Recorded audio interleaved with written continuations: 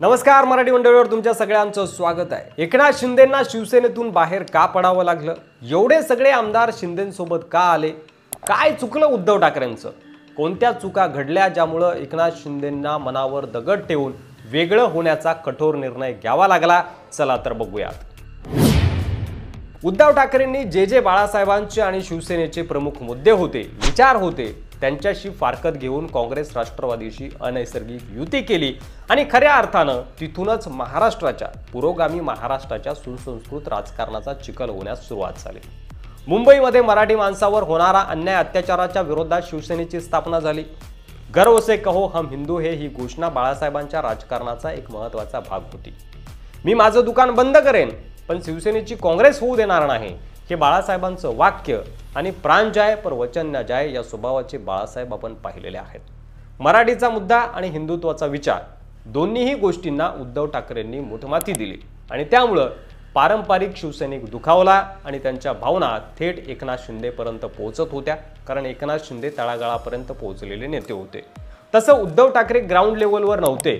त्यांच्या भोवती असलेले 4 लोकांचं कड आणि त्यांना जे इनपुट देईल तेच त्यांच्यापर्यंत पोहोचत होतं। तर दुसरीकडे एकनाथ शिंदेपर्यंत शिवसैनिक थेट आपले विचार मांडू शकत होता, आजही मांडू शकतो। या उद्धव ठाकरेंच्या चुकीमुळे एक मोठा निर्णय घेण्यासाठी एकनाथ शिंदेंना व सर्व आमदारांना शिवसैनिकांना परावृत्त केलं। उद्धव ठाकरेंच्या आसपास आणि पक्षात धुमसत असलेल्या नाराजीचा त्यांना अंदाज आला नाही। शिवसेना प्रमुख बाळासाहेब ठाकरे यांच्या निधनानंतर जवळपास दशकभर उद्धव ठाकरे यांनी पक्षाची धुरा मोठ्या खुबीने सांभाळली होती। त्यात संजय राऊत यांचा किती वाटा आहे हे तुम्हाला वेगळं सांगण्याची गरज नाही। मात्र पक्षात धुमसत असलेल्या नाराजीचं बंडात रूपांतर होईल याचा अंदाज त्यांना आला नाही। या बाबतीत ते कमालीचे गाफील राहिले। त्याचं कारण म्हणजे नेत्यांशी, आमदारांशी, पदाधिकाऱ्यांशी, शिवसैनिकांशी मर्यादित संपर्क। तसेच एकनाथ शिंदे यांच्या बंडानंतरही उद्धव ठाकरे यांनी डॅमेज कंट्रोल करण्याऐवजी ज्यांना जायचंय त्यांनी खुशाल जावं अशी भूमिका घेतली आणि त्यामुळे शिवसेनेत पडलेल्या ठिणगीला व्यापक स्वरूप प्राप्त झालं। स्वतः मुख्यमंत्रीपद घेणं ही मोठी चूक ठरली। मला शिवसैनिक मुख्यमंत्री करायचा आहे असं वचन मी बाळासाहेबांना दिलं आहे आणि त्यासाठी मी काँग्रेस राष्ट्रवादी सोबत जाऊन मुख्यमंत्रीपद मिळवलं असं उद्धव ठाकरे सांगतात। पण शिवसैनिक मुख्यमंत्री झाला का? तुम्हीच कमेंट करून सांगा। एकनाथ शिंदे यांच्या नावाला आमचा विरोध नव्हता असा गौप्यस्फोट खुद्द शरद पवारांनी एका वाहिनीवर मुलाखत देताना केलाय। बाळासाहेबांची स्टाईल होती मातोश्रीवर बसून रिमोट कंट्रोल स्वतःकडे ठेवणं आणि पक्ष व पक्ष संघटन मजबूत करत शिवसैनिक आपलासा करणं। या उलट प्रशासनाचा कसलाही अनुभव नसताना उद्धव ठाकरे थेट मुख्यमंत्री झाले आणि त्यामुळे मंत्रालयात त्यांची गैरहजेरीबद्दल तर खुद्द शरद पवार यांनीच नाराजी व्यक्त केली होती। मंत्रालयात मुख्यमंत्री हजर नसल्यानं अनेक आमदारांची कामं अडत असतील हे वेगळं सांगायला नको आणि त्यामुळे शिवसैनिक मुख्यमंत्री करून उद्धव ठाकरेंनी रिमोट कंट्रोल स्वतःकडे ठेवला असता तर कदाचित एकनाथ शिंदेंना हा कठोर निर्णय घेण्याची वेळ आली नसती। उद्धव ठाकरेंनी स्वतःच्या भोवती अशा काही मोजक्या लोकांचा घेराव करून घेतला होता ज्यामुळे तेच लोक पक्ष चालवत आहे की काय अशी भावना सामान्य शिवसैनिक व आमदारांमध्ये पनपत गेली। प्रमाणापेक्षा जास्त या लोकांवर विश्वास आणि त्यांचे निर्णय घेण्याचे अधिकार यामुळे जुने आणि ज्यांनी शिवसेनेसाठी आयुष्य वजले असे शिवसैनिक नाराज होत गेले। संजय राऊत यांच्या उद्धट भाषेचा किस्सा तर गुलाबराव पाटील यांनी सांगितला आहेच। आम्ही उद्धव साहेबांना भेटायला गेलो आणि साहेब आपण शिंदे साहेबांना परत बोलवण्यासाठी पुढाकार घ्यावा, त्यांची समजूत काढावी असं सांगितलं तेव्हा तुम्हाला जायचं असेल तर तुम्ही सुद्धा जाऊ शकता, तुम्ही कुशाल जा अशी संजय राऊत यांची भाषा होती आणि त्यामुळे राहिलेले नेते दुखावले आणि त्यांना सुद्धा एकनाथ शिंदे योग्य वाटले। त्या उर्वरित सर्व नेत्यांनी शिंदेंसोबत जाण्याचा त्यानंतर निर्णय घेतला। उद्धव ठाकरे सर्व नेत्यांना धरून असते, सर्व नेत्यांचं ऐकलं असतं तर कदाचित त्यांच्या मनातील भावना, अडचणी त्यांना समजून घेता आल्या असत्या।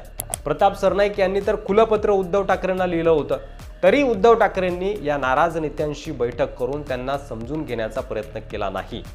बाळासाहेब असताना प्रमुख नेत्यांच्या व पक्ष कार्यकारिणीच्या बैठका होत होत्या, त्या उद्धव ठाकरेंकडे नेतृत्व आल्यावर बंद झाल्या अशी देखील माहिती आहे। त्यामुळे मोजक्याच लोकांना जवळ करणं आणि बाकीच्यांना सावत्रपणाची वागणूक देणं उद्धव ठाकरेंची चूक ठरते। उद्धव ठाकरे यांनी त्यांची साथ सोडून गेलेल्या आमदार, खासदार आणि पदाधिकाऱ्यांना गद्दार संबोधून त्यांना वारंवार टार्गेट करून त्यांचे परतीचे मार्ग उद्धव ठाकरेंनी बंद करून टाकले। अजित पवार गटातले नेते शरद पवारांना भेटतात, त्यांचा आदर करतात, त्यांना भेटण्यासाठी शरद पवार वेळ सुद्धा देतात आणि त्यामुळे त्यांचे परतीचे मार्ग मोकळे आहेत। मात्र उद्धव ठाकरे यांनी तशी कुठली शक्यता शिल्लक ठेवलेली दिसत नाही। विधानसभा निवडणुकीत उद्धव ठाकरे यांना अनेक ठिकाणी सक्षम उमेदवारांची शोधाशोध करावी लागणार आहे, तर दुसरीकडे एकनाथ शिंदे मात्र ठाकरे गटातील छोट्या मोठ्या कार्यकर्त्यांनाही आपल्याकडे खेचण्यात यशस्वी ठरत आहेत। काँग्रेस आणि शरद पवार यांच्यासोबत गेल्यापासून तर त्यांना अडचणीची ठरणारी हिंदुत्वाची भूमिका सुद्धा उद्धव ठाकरेंनी अगदी मवाळ केलेली आहे। मागच्या काही काळात तर उद्धव ठाकरेंनी जमलेल्या माझ्या तमाम हिंदू बांधवांनो आणि भगिनींनो या वाक्याने आपल्या भाषणाची सुरुवात करणंही बंद केलेलं आहे। एवढंच नाही तर शिवसेनेच्या ज्वलंत हिंदुत्वाला सुसंगत अशी एकही भूमिका ते घेत नाहीत। उलट हिंदुत्वाच्या राजकारणात चर्चेत असलेल्या मुद्द्यांच्या अगदी उलट भूमिका उद्धव ठाकरेंकडून घेतली जाते। त्याचा फायदा आपोआपच एकनाथ शिंदे यांना होत असून कट्टर हिंदुत्ववादी असलेल्या शिवसैनिकांपैकी बरेच जण शिंदे गटाकडे वळत आहेत। मुस्लिम ही शिवसेनेची वोट बँक कधीच नव्हती, मात्र केंद्रातील मोदी सरकारच्या विरोधात उद्धव ठाकरे यांनी आक्रमक भूमिका घेतल्यापासून महाराष्ट्र तसेच मुंबईतील मुस्लिम मतदार मोठ्या प्रमाणावर उद्धव ठाकरेंकडे वळला आहे। नुकत्याच झालेल्या लोकसभा निवडणुकीत मुंबईतील 3 मतदारसंघात मुस्लिम समाजाने दिलेली एक गठ्ठा मतं उद्धव ठाकरे यांच्या गटासाठी उपयुक्त ठरली होती। सध्या वक्फ बोर्डच्या मालमत्तेवरून सुद्धा सुरू असलेल्या वादातही शिवसेना उद्धव ठाकरे गटानं अल्पसंख्याकांच्या बाजूने असल्याचे संकेत ठाकरे गटांच्या नेत्यांकडून वारंवार दिले गेले। त्यामुळे मुस्लिम मतदार जरी उद्धव ठाकरे यांच्यासोबत जुळला गेला तरी सुद्धा हिंदुत्ववादी मतदार हा उद्धव ठाकरेंपासून दुरावला आणि एकनाथ शिंदे यांच्यासोबत जोडला गेला।